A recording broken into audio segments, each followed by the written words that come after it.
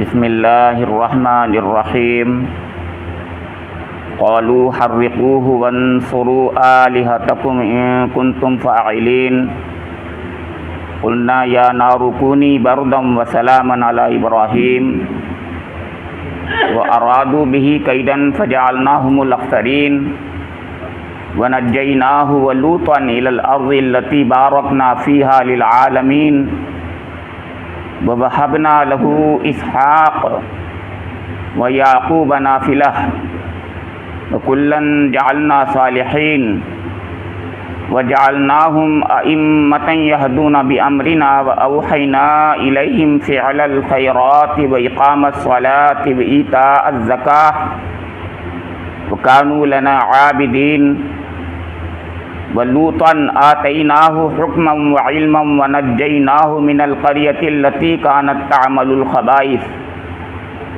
إنهم كانوا قوم سوء فاسقين وأدخلناه في رحمتنا إنه من الصالحين صدق الله مولانا العظيم وصدق رسوله النبي الأمين الكريم ونحن على ذلك من الشاهدين والشاكرين۔ یہ سورہ الانبیاء کے 5ویں رکوع کی 68 تا 75 8 آیات آپ کے سامنے تلاوت کی گئی ہیں۔ ان آیات کریمہ کا ترجمہ ایسے کیا گیا ہے: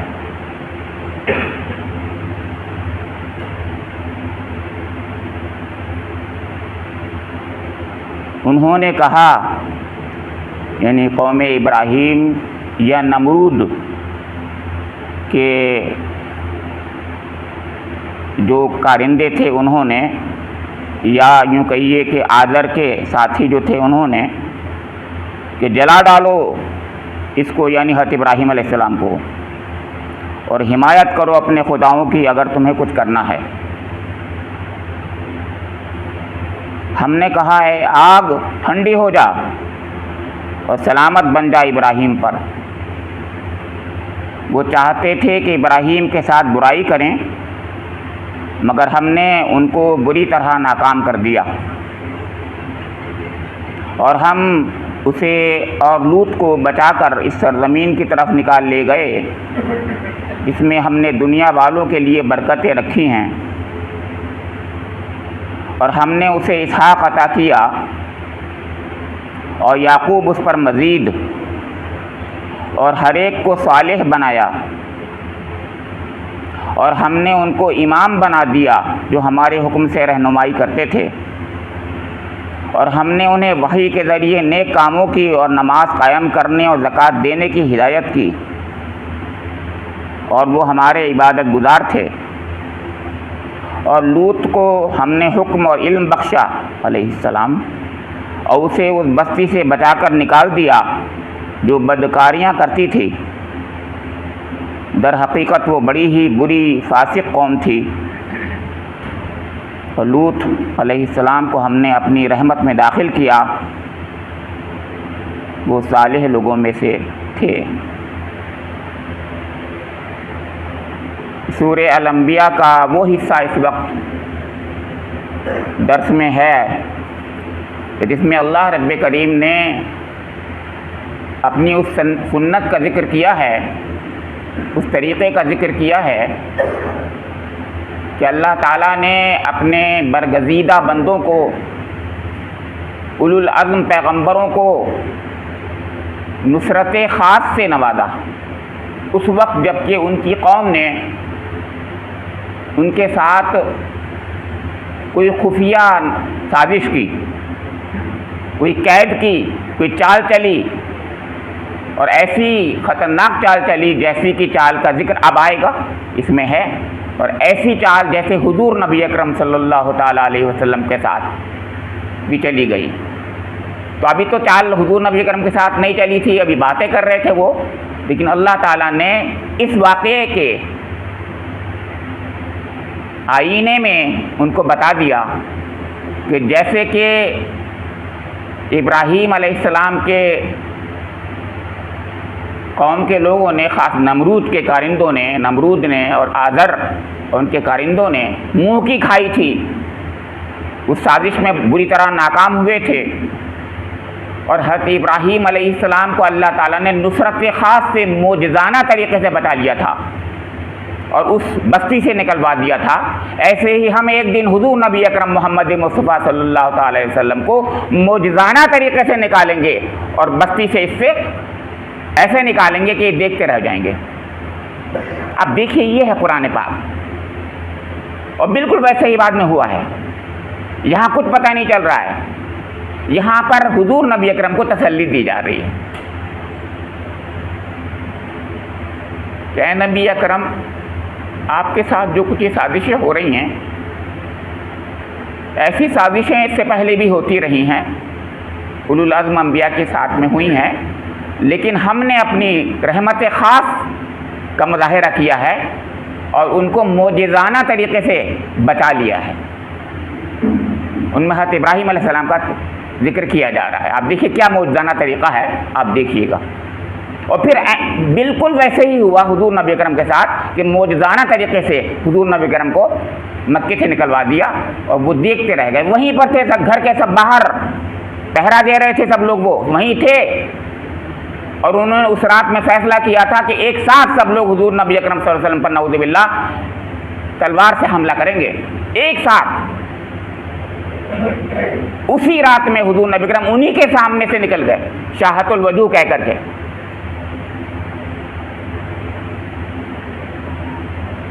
اور اس کے بعد آپ کو پتہ ہے غار ثور میں رہے 3 دن، اور وہاں پر جس طریقے سے اللہ تعالیٰ نے معجزانہ طریقے سے حضور نبی اکرم کو ان کی حفاظت فرمائی، اور اس کے بعد پھر آپ مدینہ منورہ چلے گئے۔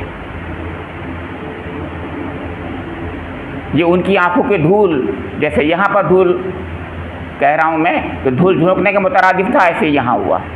اب دیکھیے یہاں پر بالکل ایگزیکٹلی یہی کہا جا رہا ہے،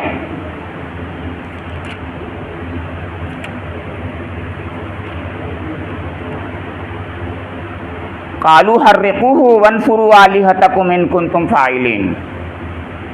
اس سے پہلے کی آیت تھی، آخری آیت جو تھی، افل لکم ولما تعبدون من دون اللہ افلا تعقلون۔ بہت ہی سخت ناراضگی، بہت ہی سخت کراہت کا کلمہ ہے افل لکم، افل لکم، تم پر تف ہو، تم جیسے احمق جس کو اللہ نے عقل دی ہو پھر بھی تم نے عقل کہ تم اندھے ہو گئے ہو، تو تم پر کف ہو، تم پر بھی اور ان پر بھی جو جن کی تم عبادت کرتے ہو۔ اُفِّل لَكُمْ وَلِمَا تَعْبُدُونَ مِن دُونِ اللَّهِ، کیا تمہیں عقل نہیں ہے؟ فَلَا تَعْقِلُونَ، یہ کہا تھا۔ اس پر وہ چڑ گئے، اور اس کے بعد کیا فیصلہ کیا؟ یہ آج کی آیت یہاں سے شروع ہو رہی ہے، قالوا حرقوه وانصروا آلهتكم ان کنتم فاعلین۔ اتنے چڑے، اتنا ان کو برا لگا یہ بات کہ ارے اچھا ایسا کام ہے، ایک تو ہم بچائے جا رہے ہیں، گویا ان کی نظر میں بچا رہے تھے، وہ ہم بچا رہے ہیں، یہ نوجوان ہے یہ لڑکا، یہ مطلب تھا کہ فتن کہا تھا، یہ نوجوان ہے، نوخیز ہے، ٹھیک ہے کچھ ایسی باتیں کر رہا ہے، ہم نے برداشت کر لیا، لیکن یہ تو بڑھتے چلے جا رہے ہیں، تو ہمیں ہماری آنکھوں کے سامنے ہمارا مذاق اڑا رہا ہے، کہہ رہے ہیں ان سے پوچھ لو۔ تو اس پر کیا فیصلہ کیا انہوں نے؟ سوچئے، قالوا حرقوه وانصروا آلهتكم ان کنتم فاعلین، انہوں نے کہا اس کو جلا ڈالو اور اپنے آلہہ کی مدد کرو، منصوروا آلہتکم،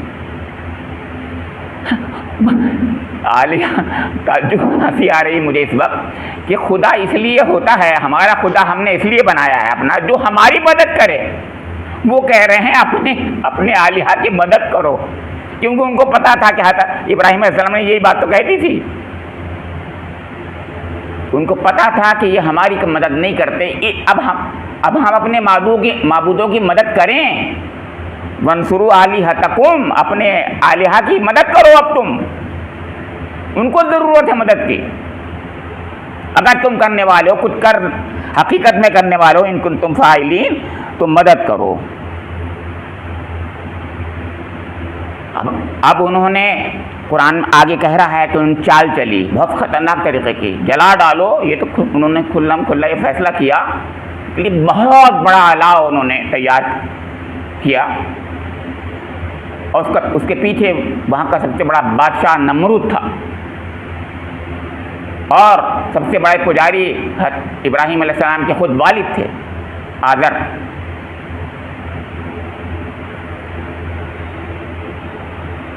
تو اب انہوں نے جو چال چلی اس پر اللہ تعالیٰ اپنی مشیت کا فیصلہ جو ہوتا ہے، یہ معجزانہ جو نصرت ہے، اس پہ غور کیجئے ذرا، کیا کہا؟ قلنا یا نار کونی بردن وسلاما علی ابراہیم، ہم نے کہا اے آگ تو ٹھنڈی ہو جا ابراہیم پر سلامتی کے ساتھ۔ تو اے آگ، آگ سے اللہ تعالیٰ مخاطب ہے، آگ جو مخلوق ہے اللہ تعالیٰ کی، اللہ تعالیٰ کا کلمہ کن سے ہر چیز بنی ہے، پوری کائنات بنی ہے، اسے تکوینی نظام کہتے ہیں۔ تو اللہ کی تکوینی نظام میں ہر چیز اللہ سے مخاطب ہوتی ہے اور مخاطب ہوتی ہے، اللہ سب سے بات کرتا ہے، تکلم کرتا ہے، اور وہ جواب دیتی ہے، اور سر منہ انحراف نہیں کر سکتی۔ تکوینی نظام میں سب کے سب بندے ہیں، اس میں ذرہ برابر بھی کوئی بھی ادھر سے ادھر نہیں کر سکتا۔ میں اور آپ بھی تکوینی نظام میں اسی کے بندے ہیں، اسی کے غلام ہیں، بالکل ویسے ہی جیسے میرا رب چاہتا ہے ایسے ہوتا ہے۔ وہ کون سا نظام ہے؟ جیسے میرے کھانے کا نظام، میرے جسم کا سارا نظام، جس پر میرا کنٹرول نہیں ہے، جس پہ اللہ کا کنٹرول ہے، اور جس پر میرا کنٹرول ہے اس میں میری آزادی کا، تو ٹھیک ہے، تو جیسا چاہے کر۔ اب ہم تیرا اس میں امتحان لیں گے کہ تو کر کیا رہا ہے۔ تو وہ نظام جسے تکوینی نظام کہتے ہیں، وہ تکوینی نظام کے تحت اللہ تعالیٰ نے کہا اے آگ تو ٹھنڈی ہو جا۔ ارے اتنی لمبی بات تھوڑی ہوتی ہے، وہاں تو کہتا ہے اللہ تعالیٰ اذا اراد شیئا ان یقول له کن فیکون، ہو جاتا ہے، اس میں دیر نہیں لگتی، within no time, zero time میں ہو جاتا ہے، without any matter material precursor کے ایک دم ہو جاتا ہے۔ اس کے لیے کوئی ضرورت نہیں ہوتی میٹر اور میٹیریل کی کہ وہاں سے سامان آئے گا تو یہ ہوگا تو وہ ہوگا، پلاننگ ہوگی، منصوبہ بندی ہوگی، کچھ نہیں، کہتا ہے ہو جا تو ہو جاتی۔ اس کو یہ بھی ضرورت پیش نہیں آتی کیا ہو جا، کیونکہ وہ سب جانتے ہیں کہ ہمیں کیا حکم دیا جا رہا ہے، اس میں کیا، وہ یہ بھی نہیں بتاتا کہ کیا ہو جا۔ اذا اراد شیئا ان یقول له کن فیکون، ہو جاتا ہے۔ وہ خوب جانتے ہیں کہ میرا رب کیا کہہ رہا ہے، وہ ہو جاتا ہے۔ تو اللہ تعالیٰ نے جب کہا اے آگ تو ٹھنڈی ہو جا، مگر اتنی ٹھنڈی نہ ہو جا کہ تکلیف پہنچے میرے خلیل کو، سلامتی کے ساتھ ہو جا، میرے خلیل کو تکلیف نہ پہنچے، ٹھنڈی تو ہو لیکن سلامتی کے ساتھ ٹھنڈی ہو، اتنی ٹھنڈی نہ ہو جائے کہ برف، اور برف سے زیادہ خطرناک کاربن ڈائی آکسائڈ جو فروزن ہوتی ہے وہ ہو جائے، ایسا نہیں ہو، جب یہ نائٹروجن جو ہوتی ہے لیکوڈ وہ ہو جائے، ایسا نہیں ہو جائے، بلکہ بہت ہی فرحت بخش ہو جائے۔ اب ظاہر اللہ تعالیٰ رب کریم جب کہہ رہا ہے تو کچھ ہونا ہی تھا، اس کو اس کا جواب نہیں دیتا، بتاتا نہیں، مطلب اللہ نے کہہ دیا تو ہونا ہی تھا، وہ ہو گیا۔ تو اللہ تعالیٰ فرما رہا ہے، آپ تبصرہ کر رہا ہے، وہ ارادو بھی کیدن فجعلناہم الاخسرین، وہ چاہتے تھے کہ ابراہیم کے ساتھ برائی کریں، مگر ہم نے ان کو بری طرح ناکام کر دیا۔ مولانا نے ترجمہ جو قیدن کیا ہے مجھے اچھا نہیں لگا، قید ہے، میں جس کی بات ذکر آپ سے کر رہا ہوں وہ بات سوچیے کہ حضور کے ساتھ جو سازشیں ہو رہی تھیں ویسی ہی سازشیں ابراہیم علیہ السلام کے ساتھ ہو رہی تھیں، قید اور مکر، یہ دونوں چیزیں ہو رہی تھیں۔ تو مکر اور قید جو ہوتی ہے وہ چپکے چپکے خفیہ سازشیں ہوا کرتی ہیں کچھ، جس سے آدمی بچنے کے لیے اس کو پتہ نہ چلے کہ میرے ساتھ کیا وہ ہو رہا ہے، کیا سازش ہو رہی ہے۔ تو آدمی کیوں جب کچھ ہوتا ہے نا تو اس کا وہ کر لیتا ہے، ڈیفینس کرنے کے لیے کچھ انتظام کر لیتا ہے، کچھ تو چپکے کیا کرتا ہے دشمن، سازشیں جب کرتا ہے خاموشی سے کچھ ایسا کرتا ہے۔ تو ارادو بھی قیدن، فجعلناہم الاخسرین.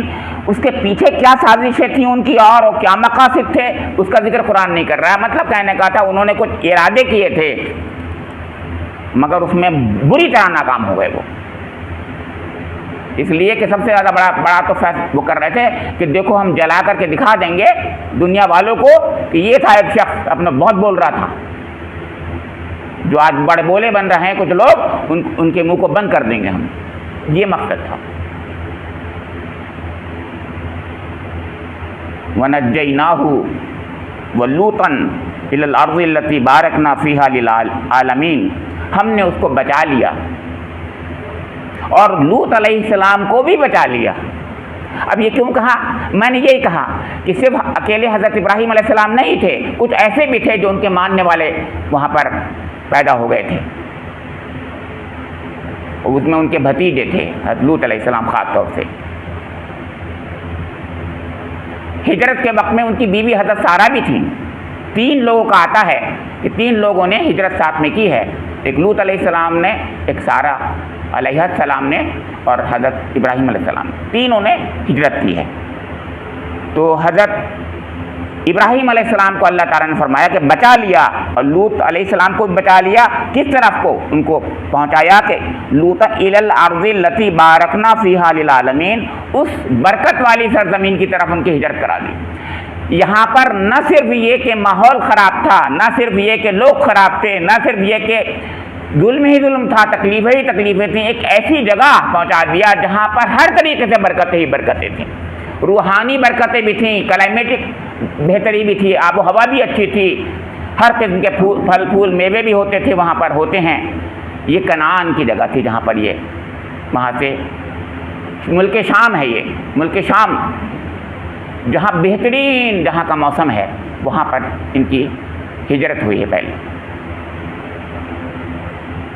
اب دیکھیے نجیناہ میں یاد رکھیے گا, نجیناہ ولوطا الی الارض, دونوں کو اللہ تعالیٰ ذکر فرما رہا ہے کہ حضرت ابراہیم علیہ السلام کو بچا لیا اور لوط علیہ السلام کو بھی بچا کر کے. تو یہاں ایک بار بچایا ہے لوط علیہ السلام کو. یہاں اب آگے بات بتاؤں گا کہ اسی درس میں آپ کا آ گیا کہ ایک بار اور حضرت ابراہیم علیہ السلام اور لوط علیہ السلام کو بچائیں گے. آج کے ہی درس میں ہے وہ, اب دیکھیے آگے آئے گا. یہاں پر فرمایا نجیناہ ولوطا, پھر فرمایا وَوَهَبْنَا لَهُ إِسْحَاقَ وَيَعْقُوبَ نَافِلَةً وَكُلًّا جَعَلْنَا صَالِحِينَ.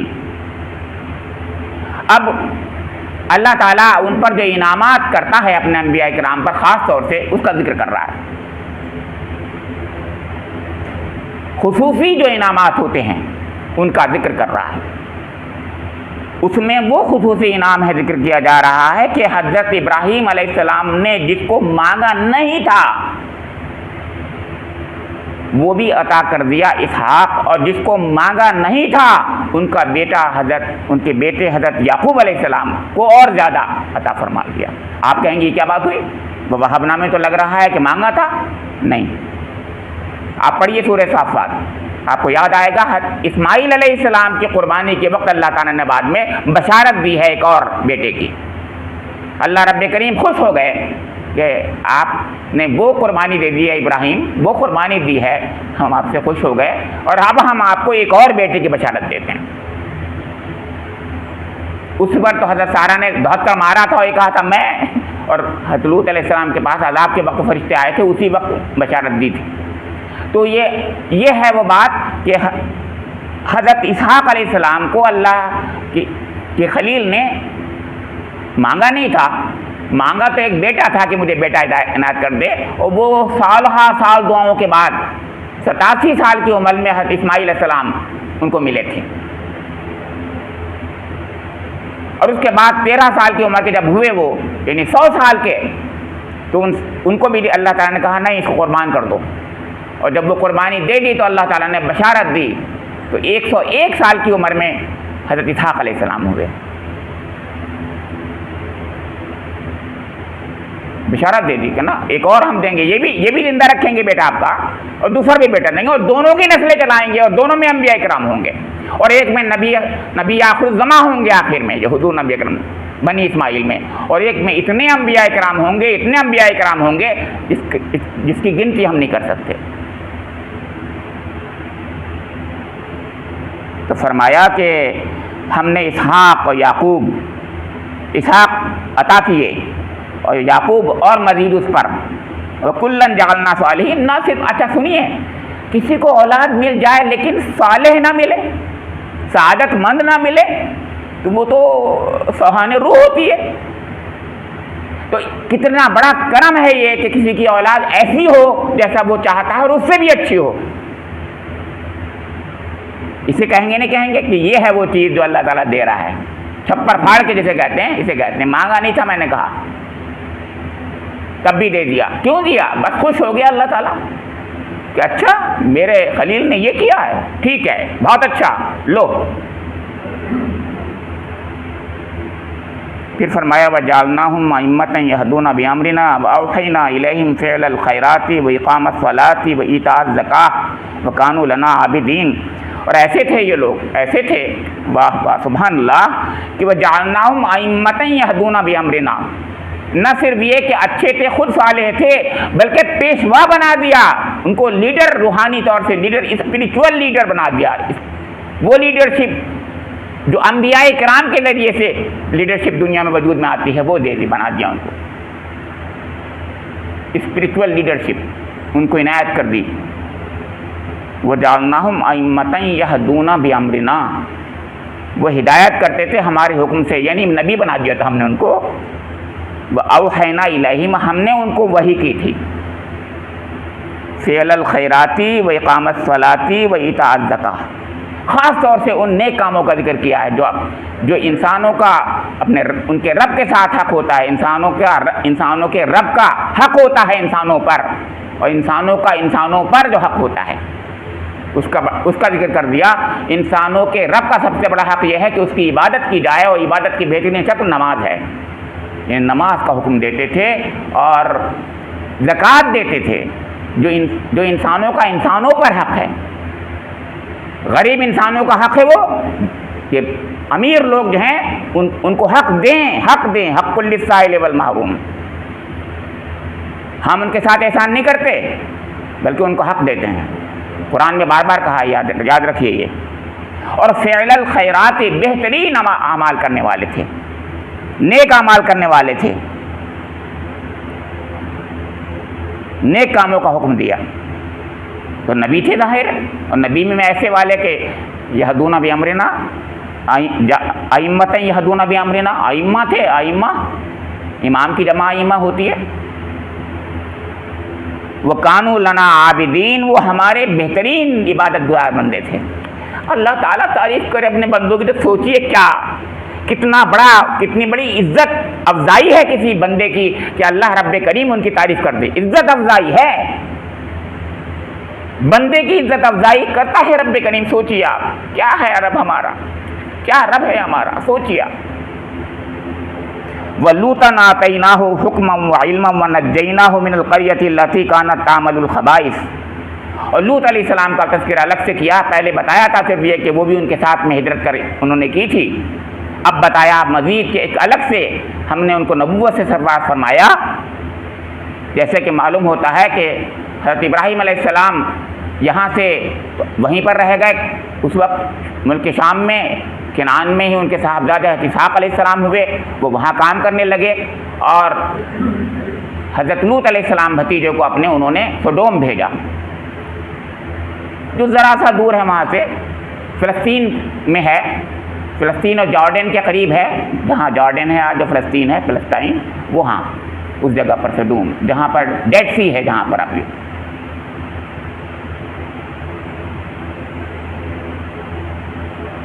آتیناہ حکمم و علما، لوطن علیہ آتیناہ حکمم و علما۔ جب بھی اللہ تعالیٰ قرآن پاک میں حکمن و علمن دو باتیں کہتا ہے، اس کے معنی ہوتے ہیں نبوت سے سرفراز فرمایا اور خاص قوت فیصلہ عطا کیا۔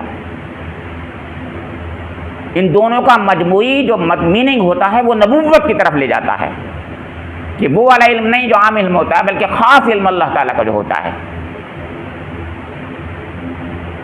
وَنَجَّيْنَاهُ، اب یہ دیکھیے وَنَجَّيْنَاهُ آ گیا نہیں آ گیا، میں نے کہا دو بار ہے، یہ ہیں دو ہجرتیں جو حضرت لوط علیہ السلام کی ہیں۔ میں یہ عرض کرنا چاہ رہا ہوں آپ سے، عام طور سے ذہن میں نہیں آتا ہے کہ دو ہجرتیں ہیں حضرت لوط علیہ السلام کی۔ ایک اس وقت کی ہجرت جو اپنے چچا کے ساتھ میں حضرت ابراہیم علیہ السلام کے ساتھ تھی، اس قوم سے بچا دیا اللہ تعالیٰ نے. ان کو بھی پکڑایا ہوگا، ان کو چھوڑا تھوڑی ہوگا، بہت کچھ ان کو اللہ تعالیٰ نے نکال دیا. کا مطلب یہ ہے کہ ان کے ساتھ ظلموں سے بچا کے نکال لایا تھا اللہ تعالیٰ وہاں پر. اب یہاں ایک دوسرے قسم کے خبیث قسم کے لوگ تھے، یہاں دوسرے قسم کا سوہان روح بنا ہوا تھا معاشرہ ان کا خود. ایک دوسرے قسم کی تکلیف تھی، جو نفسیاتی تکلیف ہوتی ہے ایک مومن کو ایک ایسے خراب ماحول میں، اس سے نکالنا مقصد ہے. یہ دوسری نجات ہے. وَنَجَّيْنَاهُ مِنَ الْقَرْيَةِ الَّتِي كَانَتْ تَعْمَلُ الْخَبَائِثَ، اس قریہ اس بستی سے نکال دیا جس کے لوگ جو تھے بہت ہی خبیث قسم کے کام کر رہے. ذکر بھی نہیں کیا، نام بھی نہیں لیا اللہ تعالیٰ نے یہاں کہ کتنے گندے قسم کے کام کرتے تھے.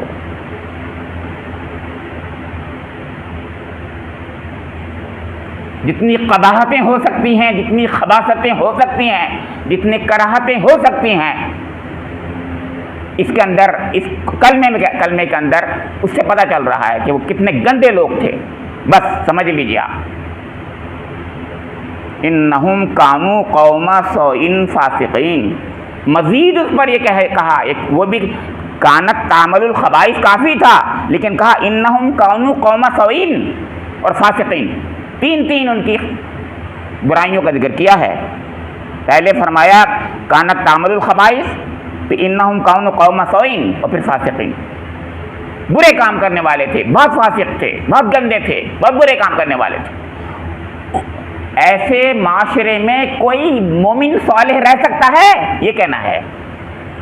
تو اس گندے معاشرے سے نکال دینا یہ بہت بڑا اللہ کا کرم ہوتا ہے. تو یہ کرم کیا اللہ تعالیٰ نے. اور پھر فرمایا اتنا ہی نہیں کیا ہم نے وَأَدْخَلْنَاهُ فِي رَحْمَتِنَا إِنَّهُ مِنَ الصَّالِحِينَ. کیا چیز ہوگی اس کو میں اور آپ نہیں سمجھ سکتے. اب جو کچھ کہا رب کریم نے وہ کیا چیز ہے ہم نہیں سمجھ سکتے. کیا؟ وَأَدْخَلْنَاهُ فِي رَحْمَتِنَا، ہم نے ان کو اپنی رحمت میں داخل کر لیا. اللہ تعالیٰ اپنی رحمت میں داخل کرے. کیا ہوتی ہے رحمت؟ وہ کسے کہتے ہیں رحمت؟ کیا ہے وہ؟ ہم نہیں سمجھیں گے، کوئی نہیں سمجھے گا کہ وہ رحمت کیا ہے. سمجھ لیجیے رحمت خاص ہے وہ. کیوں؟ بس وجہ یاد رکھیے انہو من الصالحین، کہ وہ صالحین میں سے تھے. رب کریم سے میری دعا ہے کہ مجھے بھی ذرہ عنایت کر دے اس صالحیت کا جس کے ذریعے سے اللہ رب کریم کے خصوصی رحمتوں میں ہمیں آپ کو سب کو شامل کر لے. رب کریم ہم سب کو معاف کر دے. ہم کیا، ہماری بساط کیا، ہم نے کیا کچھ کیا، لیکن ایک چھوٹا سا بھی کام کر لیں گے اگر ہم، تو رب کریم ہماری طرف متوجہ ہوگا اور رحمتوں میں داخل کر لے گا. ربنا تقبل منا انک انت السمیع العلیم تب علینا انک انت التواب الرحیم. وآخر دعوانا ان الحمد للہ رب العالمین.